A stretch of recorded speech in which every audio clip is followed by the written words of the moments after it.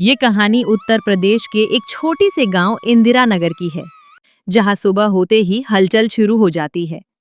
किसान बैलों के साथ खेतों की ओर निकल जाते हैं और महिलाएं अपने घरों से घड़े लेकर कुएं पर पानी भरने आने लगती हैं और बच्चे स्कूल जाने लगते हैं।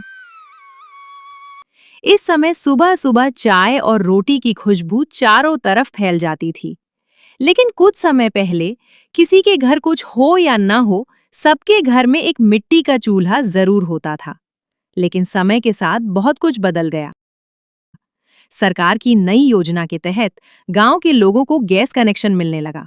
धीरे धीरे लगभग हर घर में गैस चूल्हा आ गया और लोग मिट्टी के चूल्हे की जगह गैस पर खाना बनाने लगे। गांव के लोग इस बदलाव से बहुत खुश थे, क्योंकि अब धुआं कम होता था और खाना जल्दी बन जाता था। नई बहुएं तो मिट्टी का चूल्हा देखी भी नहीं थी, वे सिर्फ गैस चूल्हे पर ही खाना बनाना जानती थीं। इसी गांव के एक छोटे से घर में रामू नाम का एक मेहनती किसान रहता था। रामू दिन भर खेतों में कड़ी मेहनत करता और शाम को अपने पशुओं का उतने ही प्यार से ख्याल रखता।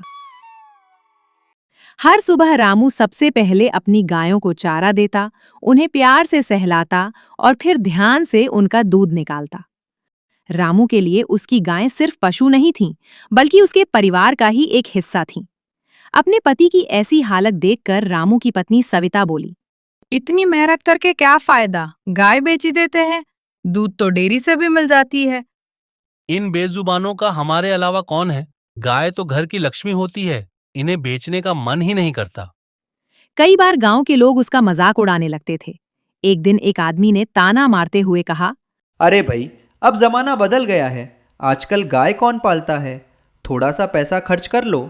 देखो भाई, इन बेजुबानों को बेचने का मेरा मन नहीं करता, इसलिए मैं इन्हें नहीं बेचता। बात पैसों की नहीं है। उस महीने बरसात शुरू हो गई। गांव के गड्ढों में पानी भरने लगा। शुरुआत में खेतों में हल्का हल्का पानी जमा हुआ तो सबको लगा कि इस साल फसल और अच्छी होगी। लेकिन होना कुछ और ही था। बारिश रुकने का नाम ही नहीं ले रही थी। नदियां उफान पर आ गईं।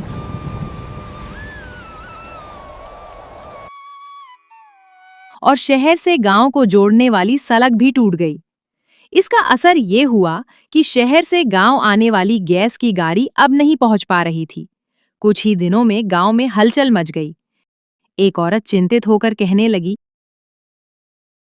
गैस तो खत्म हो गया, खाना कैसे बनेगा? और सड़क की वजह से गाड़ी नहीं आ रही तो गैस कैसे मिलेगा? अभी कुछ कहना मुश्किल है, लेकिन बैठकर इंतज़ार करने से कुछ नहीं होगा। मैं कुछ करता हूँ। ऐसे ही दूसरे घर में गैस खत्म हुआ। वो बोली, हमारे घर की गैस खत्म हो गई। कल तो जैसे तैसे खाना बन गया था, लेकिन आज क्या करूं? आज खाना कैसे बनेगा? आजकल की बहुएं तो रोना शुरू कर देती हैं कि खाना कैसे बनेगा। बात तो तब आई जब रामू के घर का गैस खत्म हुआ। सविता कहती हैं, पहले रेनू के घर गैस खत्म हुई थी, अब हमारे घर की भी गैस खत्म हो गई। अब खाना कैसे बनाऊं? मुझे तो कुछ समझ नहीं आ रहा। आप ही बताइए, क्या करूं? जब तक गैस का इंतजाम नहीं होता, आज फल खाकर गुजारा कर लेते हैं। तुम्हें क्या ठीक लगता है? तभी रामू को सुझाव आता है। वो तुरंत बाहर आता है और अपने गायों के उपलों के पास जाता है। उनमें से 2 उपले उठाकर वो घर के अंदर आता है और कहता है, ये लो उपले, और अपने पुराने चूल्हे पर खाना बनाओ। आज चूल्हे के खाने का स्वाद मिलेगा। सविता मिट्टी के चूल्हे पर खाना बनाने लगती हैं। रामू के घर की चिमनी से निकलता हुआ धुआं सीमा देख लेती है और हैरान होकर सोचने लगती है, अरे, सबके घर गैस खत्म हो गई, फिर सविता के घर की चिमनी से धुआं कैसे निकल रहा है? वो खाना कैसे बना रही है? यही सोचते सोचते रीमा उनके घर के अंदर चली जाती है। अंदर जाकर देखती है कि दोनों आराम से खाना खा रहे थे। क्या आपके घर की गैस खत्म नहीं हुई? आप खाना कैसे बना रहे हो? मुझे भी बताइए, मैं भी वैसे ही खाना बना लूं। गैस तो हमारे घर की भी खत्म हो गई है, लेकिन हम मिट्टी के चूल्हे पर उपलों से खाना बना रहे हैं। क्या कहा? चूल्हे पर? तुम्हें चूल्हा बनाना आता है? तो क्या तुम मेरे घर भी एक चूल्हा बना दोगी? इसके बदले मैं तुम्हें कुछ पैसे दे दूंगी। अरे क्यों नहीं, मैं जरूर तुम्हारे घर भी चूल्हा बना दूंगी। खाना खाने के बाद सविता रीमा के साथ उसके घर जाती है। वहां वो मिट्टी का चूल्हा बना देती है, जिसे देखकर रीमा बहुत खुश हो जाती है। जब ये बात गांव वालों को पता चली, तब सब रामू के घर इकट्ठा हो गए। तभी रामू अंदर से बाहर आया और बोला, आप लोग इतनी सुबह मेरे घर क्यों आए हैं? क्या मुझसे कोई काम है? बेटा, सुना है तुम्हारे पास उपले हैं और सविता चूल्हा बनाना जानती हैं। क्या वो मेरे घर भी एक चूल्हा बना देंगी? मेरे घर खाना नहीं बन पा रहा है। आप चिंता मत करिए, मैं सबके घर चूल्हा बनवा दूंगा। आप लोग बस मुझे थोड़ा समय दीजिए। रामू ने गांव के लगभग सभी घरों में सविता से कहकर मिट्टी के चूल्हे बनवा दिए। अब सुबह होते ही रामू खेत पर नहीं जाता था, क्योंकि उसके उपले खरीदने के लिए लोगों की भीड़ लगी रहती थी। ऐसे ही जब रामू के कुछ पैसे इकट्ठा हो गए, तब वो सविता से कहता है, हमारे पास अब कुछ पैसे हो गए हैं, क्यों ना इन पैसों से 2 और गाय खरीद लें। इससे हमारा मुनाफा और बढ़ेगा। हाँ, ये बहुत अच्छा सुझाव है। इससे हमें आगे और ज्यादा मुनाफा होगा। अब रामू के पास 3 नहीं बल्कि 5 गायें हो चुकी थीं। रामू हर सुबह उठकर गायों को चारा देता और फिर उनके गोबर से उपले बनाना शुरू कर देता।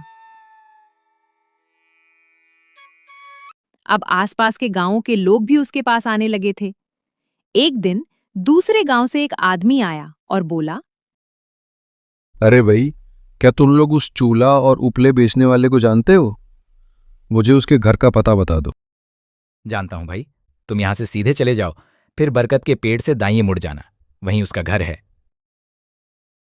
गांव में 2 आदमी रहते थे, शुभम और राजीव। राजीव कहता है, देख रहे हो, ये रामू आजकल बड़े चर्चा में चल रहा है। ऐसे तो वह हमसे भी अमीर बन जाएगा। कुछ करना पड़ेगा।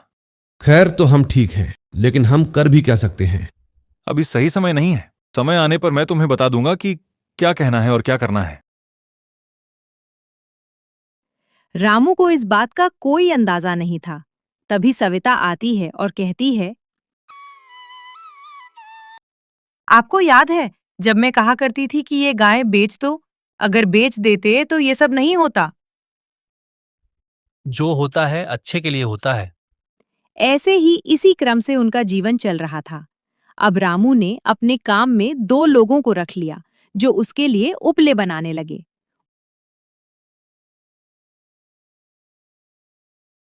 उसी दोपहर राजीव शुभम को सिखाता है, पानी सर से ऊपर हो गया है।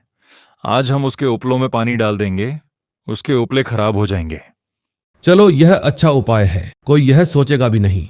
रात को दोनों चुपके चुपके रामू के घर के पीछे आते हैं। तब राजीव कहता है, चलो अब जल्दी से पानी चालू कर दो। तभी जोरों से बारिश होने लगती है। दोनों जल्दी से वहां से भाग जाते हैं। इतने भयंकर बारिश देखकर रामू कहता है, अरे, अचानक इतनी जोर की बारिश, मेरी सारी मेहनत पानी में चली जाएगी। उपले सब खराब हो जाएंगे। अब मैं क्या करूं? तभी सविता कहती है, चिंता मत करो, मैंने उपलों के ऊपर कपड़ा लगा दिया है। अब वे खराब नहीं होंगे। मुझे पहले ही लग रहा था कि बारिश होगी। अरे वाह, तुमने तो कुछ बहुत ही अच्छा किया।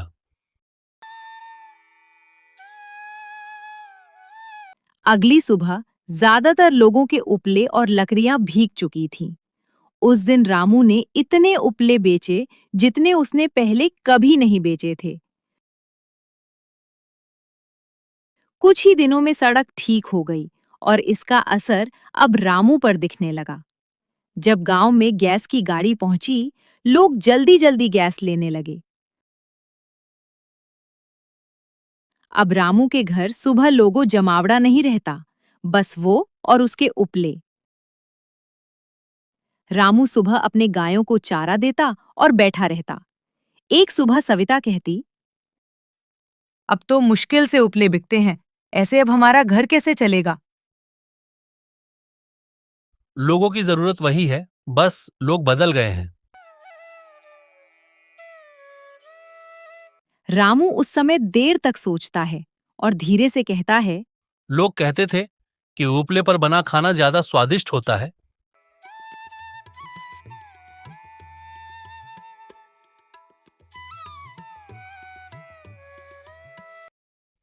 भाई साहब, ये उपले आप अपने ढाबे में आजमाइए।